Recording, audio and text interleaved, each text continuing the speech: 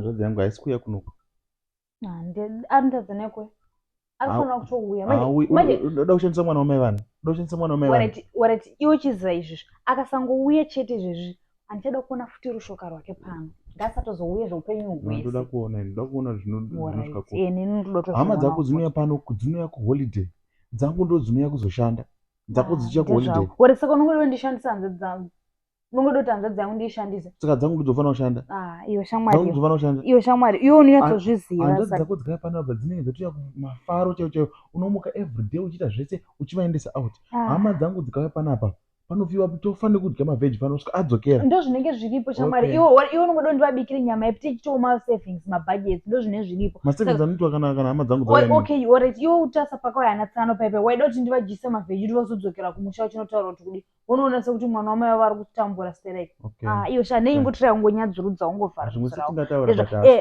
Manje akasauya ngaasazouya futi zvopenyu. Pano ndo paari kutozouya mangwana chero fanira kusvika pano. Akasangouya chete ndezvake. Neraona.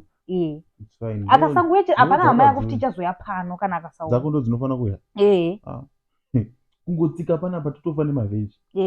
Ndo zvinenge zviripo sha. Ndo zvinenge zviripo. Unongoda ndibike munyama inenge sipo. Pane pasina mari ndo zvinenge zviripo. Saka hama dzako dzauya ndo pane mari. Pane pasina sha but chero hama dzangu dzikauya chero tunokwereta ndofanira tunokwereta wanzoka ndototengerana tsano mazidoro voita sei vonyatsofara vodzokera. Zvine zvingori zvenguva iyoyo havagarisa kuti vanobva vangofara vodzokera.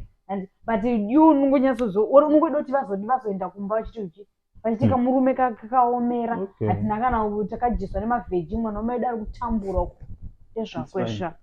Handina hama yangu ndinozoshandiswa newe panapa. Uchadzisa tsvina everyday mwedzi wese munhu vachidya munjonjo mwedzi wese tofeed hama yangu kauya panapa deo chiziva ndozviona sei ndogara chizviona. Hama yangu kauya panapa hatidyi kana nyama kusvika adzokera. Iwe hama dzako ndo dzinyaya kuholiday dzangu dzouya kuzoshanda uchivatimbisa haasi kuya kuno. Plus ine hama dzangu hadzigarisa sha dzinongoshanya. Ine hama dzangu dzinongoshanya sha dzinongoya zve2 minutes kudzokera. Ega agare kumusha mwana wamai vangu. Manje akasangouya panapo zoti hapana hama yako futi ichaisa rushoka rwayo pano.